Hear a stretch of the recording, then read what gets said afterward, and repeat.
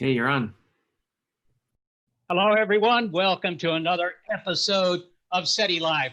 Now, this will be the episode that you will remember 30 years from now, if you're still around to remember anything, because this could be an extremely important event. Sure, everybody out there has heard the story about the possibility that an indicator of life on Venus may have transpired, but we have the people here who can really address this question and talk to you about the whole concept of life on Venus, right? I mean, women might be from Venus, but are there, other forms of life? We'll talk about that. And we'll also get some insight into whether, this is truly good evidence or simply we're mistaking geology for biology. All right, enough from me. I want to introduce our distinguished guests. First off, we have Nathalie Cabrol, who's at the SETI Institute and is sitting in front of Venus. Fortunately, she has her own air supply. Nathalie, tell us who you are. Hi, Seth. I am the chief scientist at the Carl Sagan Center for Research at the SETI Institute. And actually, this is not Venus, but Neptune. Neptune? You've gone... I needed to call off a little bit the air after all this commotion from yesterday. One of the big discoveries that Galileo made with his telescope was to see that Venus was a crescent in the sky, not a ball. And normally you don't see Neptune as a crescent unless you're behind it. Okay, and our other guest is David Grinspoon. David. Hello. I'm David Grinspoon. I'm an astrobiologist and planetary scientist. I'm a senior scientist at the Planetary Science Institute. And I'm also an advisor to and a fan of the SETI Institute. Well, great. Okay, I'm going to just throw this out there. Let's start with the beginning of this story. And the beginning is the detection of a gas, somewhat unusual gas, one that many of you might not know about. Sorry, we have aliens here. That most people are not familiar with. Nat, what kind of gas have they claimed to detect in the atmosphere of Venus?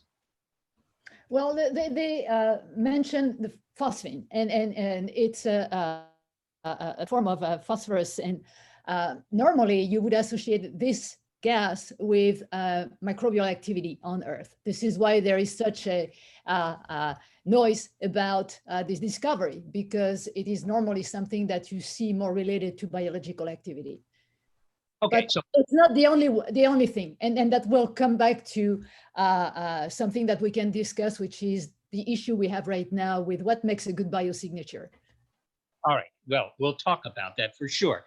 Phosphine gas. For those of you who are chemists in the audience, that's I think it's pH3. So 3 little atoms of hydrogen hanging on to this big phosphorus atom. Now, phosphine, I mean, to begin with, it's not a great gas. It's kind of smelly. It's not really good for you. Do we find it on Earth? David, do you know? Do we find phosphine on Earth? Yeah, there is phosphine on Earth. It's not a very abundant gas in the atmosphere. But one of the interesting things about it on Earth is that basically all the phosphine in Earth's atmosphere, or, to first order, all of it is made either by life or by human industry. So it's a gas that is found on Earth and is definitely, on Earth, it's a biomarker, but we already know there's life on Earth, so we don't really need biomarkers here. So just very briefly, David, maybe you could follow up. How do you find phosphine on Venus, particularly in the atmosphere of Venus, without actually going there? Well, it's through spectroscopy, which, in general is the way we identify what the gases and the rocks on other planets without going there, is we look at the light and we look at the sort of fingerprints in the spectrum of light. And specific gases absorb specific wavelengths. Now, this detection was actually made in the microwave, so not visible light, not even infrared light, but way out there, almost in the radio wavelengths. And there's a specific line that is absorbed by phosphine that was seen sort of missing from the spectrum from two different telescopes. And the scientists tried to find other gases that would absorb that line. And the claim is that phosphine is the only gas, and therefore that they are pretty sure that they found phosphine in this atmosphere. Okay. I believe actually this is a sub-millimeter line, so it's a very high frequency. But the point is that phosphine, okay, you've got these, I mean, everybody's seen the stick figures, right? You've got, phosphorus in the middle and these three hydrogens hanging on, and they have many degrees of freedom, just like an artist's mannequin, if that's what you call those things, where you can move the arms around and so forth. So they can vibrate, they can rotate, and they can twist, and they can do all that. And so they're really great at absorbing light. So what you're saying, David, is that, okay, if there's any phosphine gas in the atmosphere, it absorbs the light being bounced off the layers below it. And you can pick that up with a couple of telescopes. Nath, you've seen the paper, you've seen the diagrams of the absorption lines. It doesn't look to me like there's any doubt that there's phosphine there.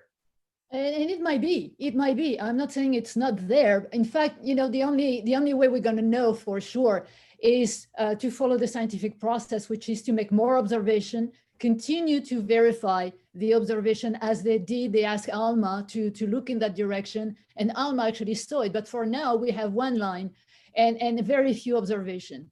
What I would like to add, though, is that, of course, phosphine is related to human activity and also microbial activity on Earth, but it is also related to volcanic activity. And I think this is a very, very important point to make.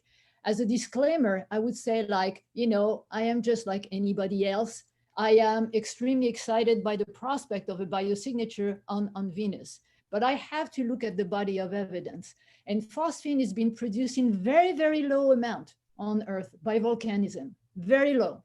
It would take about 200 times the type of volcanic activity that we have on Earth to get the amount of phosphine we see on Venus. Is this impossible?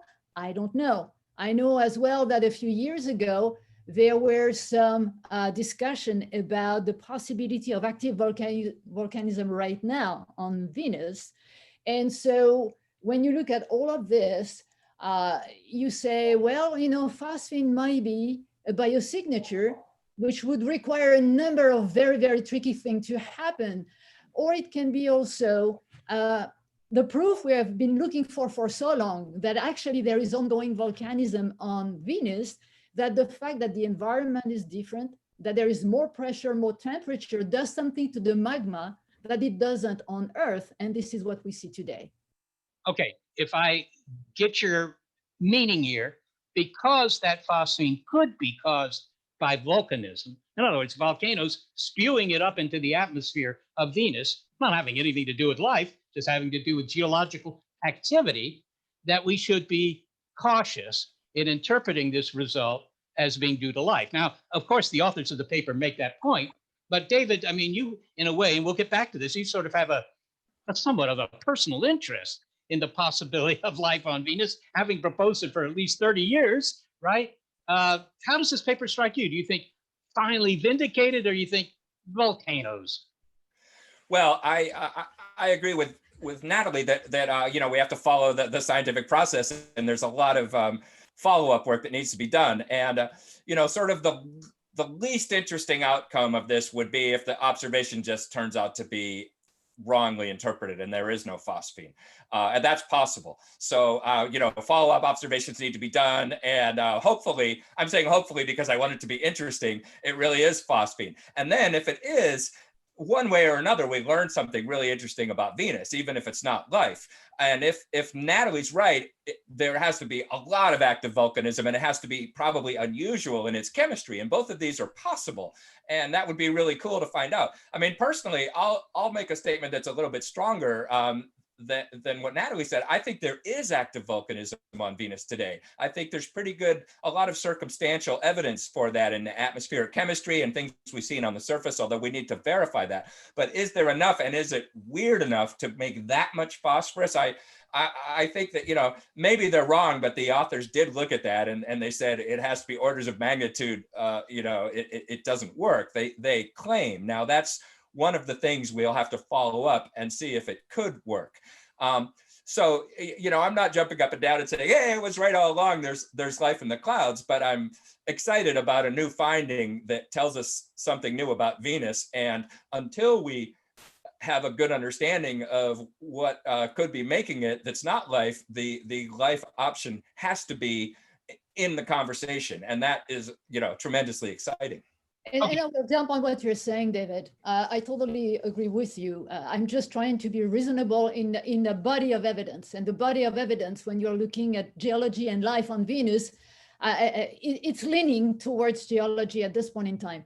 But I think that the value of this paper, and I do believe you will agree with me, is just like it's allowing us to face once again this issue we have with biosignature. We've known that with Viking, with the Martian meteorite, and now with the phosphine on Venus, we don't have a real unambiguous marker for life as we embark for the search for life beyond the Earth. But what this says too, we are going to learn something, and you are totally right with that, but we're also learning how to detect biosignature or whatever it is, geomarkers in the atmosphere of a different planet. And this is not only true for our solar system, but also for exoplanet. And I think that Venus is becoming an incredible playground for us to understand what's happening in exotic atmospheres. Okay. Yeah, it's really important in that way, because our best idea about how to find life on an exoplanet is to find these weird gases. And now we found one on the planet right next door, and it's an opportunity because we can go there and see what's really happening, which we won't be able to do with the exoplanet. So if this is a false alarm, we really need to understand why and how it's a false alarm. Well, look, two things that strike me right away. One is that you both are being very cautious, which is unfortunate, because the presentation would be much better if one of you took a very hard stance and the other completely disagreed. But given that you haven't, I kind of wonder to what extent that's the result of the kind of history that Nathalie alluded to. Namely, in the mid-1970s, the Viking landers land on Mars. They're looking for life. Carl Sagan was very optimistic. Lots of people were optimistic. There might even be shrubs or something else, right? And, the initial results look pretty promising. But then after a month or two, the life team decided it's dead, Jim. Now, and that's been repeated, the Martian meteorite and so forth and so on. We've had many stories where we thought it was life, and then we decided against it. I hear where Nath is coming from. She's being very methodical here. David, are you willing to go out on a limb a little more or not? You sounds like you're not. Oh, I'm too, too Seth. But I think that, and I let David speak after that, but David and I knew someone you knew well too. And this character said, extraordinary claims require extraordinary evidence. And that comes after being very excited about the possibility of life on Mars. I am very excited about the possibility of life in the solar system and beyond. It's just that we want to be sure when we have the evidence that it's a clear evidence that we are not crying wolf. Yeah, I mean, this is almost like practice. If it's not the real thing, we have to learn how to and communicate this, and the public has to learn. We should be able to be both excited and cautious, and that's how I feel about this. It's tremendously exciting. Again, I really hope it's a real measurement, and then it's exciting whatever we learn. But we also have to be cautious because, not just that history that you mentioned, Seth, but the extraordinary claims do require extraordinary evidence, and most likely there's some explanation that's not life. But just the fact that it could be life, I'm thrilled. I'm thrilled because there's going to be a spotlight on this possibility. And you mentioned the Martian meteorite. That turns out to be something that probably was not microfossils, but it wasn't a waste of time, and it wasn't a huge mistake. It was just something. So the scientific process works. People look at it carefully and they decide something else. And you think about what happened on the basis of the Martian meteorite claim that there were microfossils. It got everybody to say, well, why not? Why couldn't there be ancient life on Mars? Let's look at that environment more carefully. And maybe if this is wrong, it'll get people to say, well, why not? Why couldn't we find a biosignature on a planet like Venus and look at it more carefully? And then it's progress, even if this one particular thing turns out to be a false alarm. It's Okay. totally right, David. And David McKay was a close friend of mine, and we happened to disagree. All his life, he maintained that what was in the Martian meteorite were fossils, and there was a team, as you know, that was kind of the show every single year at the LPSC conference. But you are exactly right. This is what makes science progress, because now we have to look at the evidence from so many different perspectives and go after the hypothesis with methods. And of course, it's far away from the clickbaits and brouhaha, what sells papers, etc. But ultimately, people have to understand where science is coming from, because it would come to bite us if we say, hey, we found life on Venus as scientists, and it turns out to be what is called VOG in terrestrial volcanism, which is a volcanic smog. Right, and not even thinking about like sort of misleading the public. We don't want to mislead ourselves. I don't want to get all excited and then be disappointed the next day because somebody shows me why I'm wrong. So even just for my own well-being, I don't want to get carried away until I'm more sure. Okay. I don't think they're going to carry you away anytime soon. Well, I'd like to back up a little bit here on the history, because Nath has already mentioned a little bit of the Viking history, right? The optimism that we're going to find life on Mars, and that sort of thing. In fact, Mars has gotten, I will even say, the bulk of the attention when it comes to looking for life in the solar system. It's gotten all the attention, best I can tell, right? And Venus is a living hell, or maybe a dead hell, because it's what, 900 degrees Fahrenheit on the surface, and nothing can live there. There's no water on the surface, et cetera, et cetera. And yet, you, David, have said, no, we shouldn't just look at Mars exclusively, or the outer solar system moons exclusively. There's Venus right next door. It's closer to us than any other planet. Now, what motivated you to consider that in the first place? It obviously wasn't this result. No. Well, yeah, Venus on the surface is, the last place you'd want to live if you're an organic creature. Organic matter can't last, a microsecond in that kind of temperature. But interestingly, up, 50 kilometers up from the surface, there's this layer that's pretty much Earth's surface temperature and pressure, and it happens to be where the clouds are. So there's this kind of stable environment of liquid particles that actually have pretty long lifetimes, that spans the globe, and where there's a lot of interesting energy and chemical flows and potential nutrients. All the known biogenic elements are found there. So if you sort of relax your attachment to a planetary surface and say, what are the requirements for life? You need liquid, you need organic matter, you need the biogenic elements, and you need energy sources and some sort of stable environment. You could convince yourself that the clouds are a potential environment. And that, combined with the history of Venus, where we believe it was oceanic at one point, which we used to think was, early on, and now we're thinking may have been later on in solar system history. And there could have been an evolution of life that then the surface environment sort of went bad. It broke bad. Then the question is, did that life just die out, or did it take refuge somewhere? And then you look and you say, oh, there's this global reservoir of potential habitability up there. Is it possible? And then the final thing I'll say is there are some weird things about the clouds that are not understood. There's this stuff, whatever it is, that we don't know what it is, that absorbs a lot of radiation, a lot of solar radiation up there. And there are a few other anomalies before this new anomaly that made some people go, we don't really understand what's going on up in those clouds. So to me, it's always seemed plausible that something could be living up there.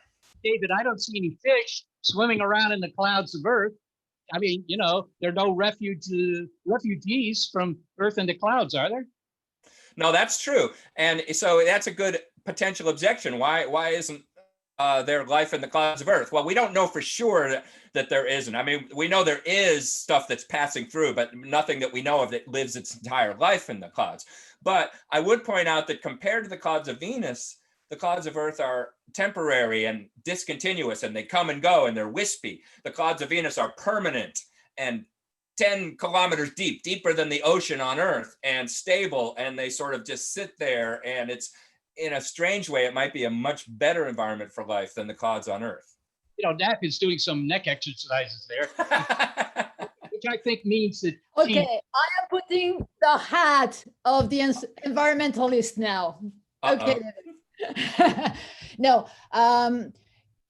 we have to revert, and I'm not saying this is the the only model, but as usually we do with astrobiology, you have to revert with what you know on Earth, and as you said rightfully, on Earth the atmosphere is just a transient mechanism to transport and disperse life, and it doesn't, what we call bioaerosols are all these particulates that are being picked up, and that includes little particulates of dust, but also fungi and viruses and bacteria. And they are being picked up and scooped up from the surface, whether the ocean or the continents, by winds, or they are being thrown out there by eruptions, right? So they would spend a little bit of time in transit. And as you said, the clouds on Earth, they are transient, they disappear, they evaporate, water precipitate, and then life is back at the surface. Plumes are more interesting. Plumes are a lot more interesting because they last longer, and you can see how the Sahara every single year is going to carry so much material to the Amazon forest. But there is one common thing here, is that the reservoir for life is at the surface. And even if you're saying, that the atmosphere of Venus is stable, first I will have to have a high resolution proof of that, because you need the granularity. These are tiny microorganisms, and it would take something absolutely special for life to be able to be suspended there. And to me, considering what we see on Earth, it is very unlikely. You would tell me it's at a place where the pressure is higher, where there is a little bit of difference of temperature, that at least would make it a little bit more interesting to me. But what you're saying is that right there, the conditions are very similar to that of the Earth. And so that kind of, it sort of dooms the whole thing, because at that point you are back to a terrestrial model. That doesn't work so well. You still need a reservoir of life at the surface. On the other hand, what you describe, something that is playing with the light of the sun, again, that to me reminds me very much of the VOG, the volcanic smog, those particulate and aerosols being thrown in the atmosphere. So I'm not saying it's not possible, but I need a lot more observation to start believing that we can have a stable, habitable environment in the atmosphere of Venus. And the only way of knowing this is to go there and sample in situ. That I want to go to questions in 3 minutes, but I want to do two things before we do that, if it's okay with you. First, to point out that thanks to Rebecca's tabulation here, we have people who are watching, it's not clear it's people, it could be dogs, but who are watching from London, Chile, Brussels, Germany, Greece, Denver, the Netherlands, Ohio, which is its own country, Montreal, Hungary, Mississippi, Surrey in the UK, Florida, Brazil, Redondo Beach. Well, this list just goes on and on. Central Greenland. Okay, there are also some questions, and we want to get to those. But before we do that, I'm going to ask you each to be somewhat brief here, so that we do have time for the questions before everybody goes out and exercises in the smoke. And that is, and I'll start with you, David. Suppose it is life. I hear the objections that it doesn't sound like it's a good bet, but suppose it is. What effect would that have? Okay, so there are microbes in the clouds of Venus. Should I get excited about that? Should I quit my job? What? I don't think you should quit your job, Seth. I think maybe some other people should, but you've got it. You've got the right job for this discovery. But you should get excited. Yeah, we've got this whole enterprise of astrobiology, which is really ultimately educated guesswork. I should not put it down like that, since this is how we make our living, but there's so much that we fundamentally don't know about what we would share with life elsewhere. We have some assumptions that we think are pretty good, and we most of us believe that there is life elsewhere in the universe because of what we observe about life on Earth and about the commonality between our planet and what we're learning about other planets. But we simply don't know. It's possible, given what we know, that we are completely alone, and there's something unique about the terrestrial experience, the terrestrial experiment. So to find it elsewhere is, going to be such a tremendous breakthrough in our understanding of what life is in this universe, the role that life plays, the role that we play in this universe, and to find it so close to home in such a weird environment. And I agree with Nat that whether or not this is plausible, it's weird. And so to find it there, that would have the implication that it's a lot of places. And then, the whole spectrum from we're completely alone to life is all over the place in all kinds of weird environments, it would push the needle much more towards all over the place. And that would just be such a cool thing to learn. Okay, and Nat, your take. What would be the next? I'll just expand a little bit on what David said, because I fundamentally agree with him. I'd say that finding life on Mars would be cool.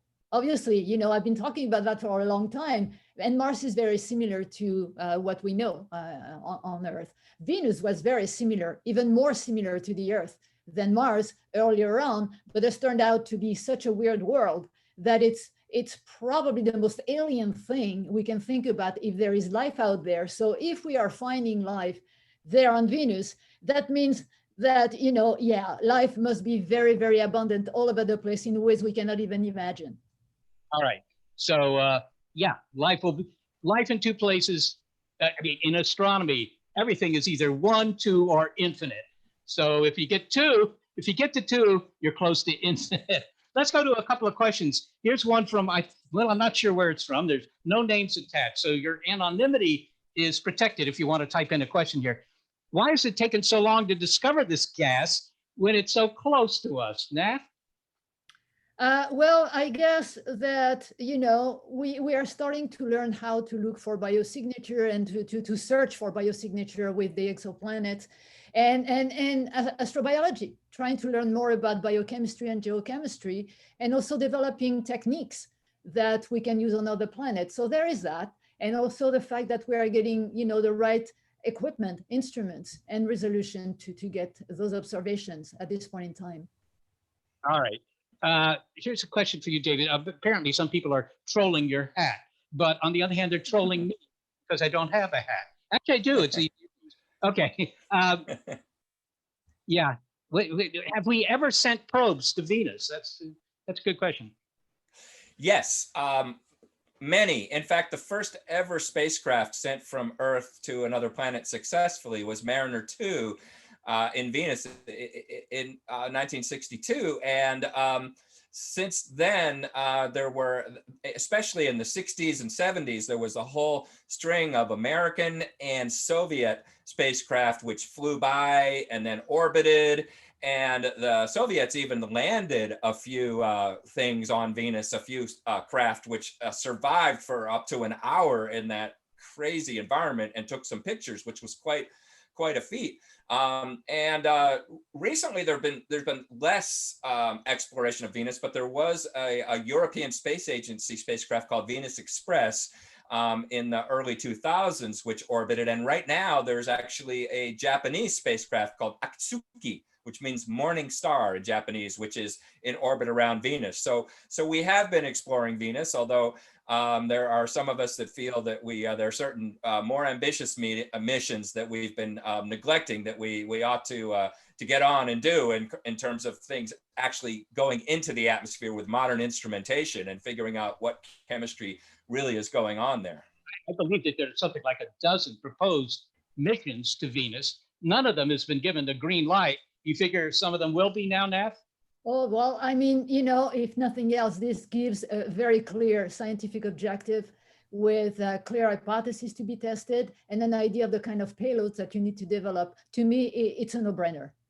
Okay, one more question for you, Nath, and then we'll do one more question for David, and then I have a few announcements, and the winner of the lottery here for the $30,000 prize, and that is, yes. What was my question for you, Nath? I don't even remember. Yeah. are the poles of Venus cooler than the rest of the planet? This was a sent-in question. I think it's a good question. Could life be more likely to survive at the poles of the planet? No, there is no way you can survive on Venus. It's too close to the sun. And then the atmosphere itself is making the whole surface like a very, very bad oven. Okay, no, but the point is, if you were at the layers at which they find this phosphine, but you went up to high or low. Oh, yeah, no. Well, the temperature where they found the phosphine is actually very temperate. It's about the kind of temperature that you have on Earth. Okay, so I may have misunderstood the question too, because it was probably what you assumed. They were thinking of on the surface, maybe could you have life? And this is one for you, David. Maybe last question, then we'll go to this other stuff. If it turned out that there was life on Venus, could it share a common origin with Earth? Could we have infected Venus, or could Venus have infected us? And in the end, we're all Venusians? Absolutely, that's one of the possibilities, especially given what's looking more and more like the history of Venus, which is that it may have actually had surface oceans for a long time. I mean, there's a lot that we don't know about the history of Venus, and this is another motivation for more missions to try to unravel that history. But the most recent models where we used what we call GCMs, general circulation models, the same tools we use to study climate change on Earth, and we apply them to Venus, it looks as though the oceans may have lasted for maybe billions of years on Venus and dried up more like in the last billion years. And if that's true, there was a long time where Venus and Earth maybe could have been exchanging material, as we know planets do occasionally. We have those meteorites from Mars. We don't have any meteorites that we know are from Venus, but that doesn't mean there are no meteorites from Venus on Earth.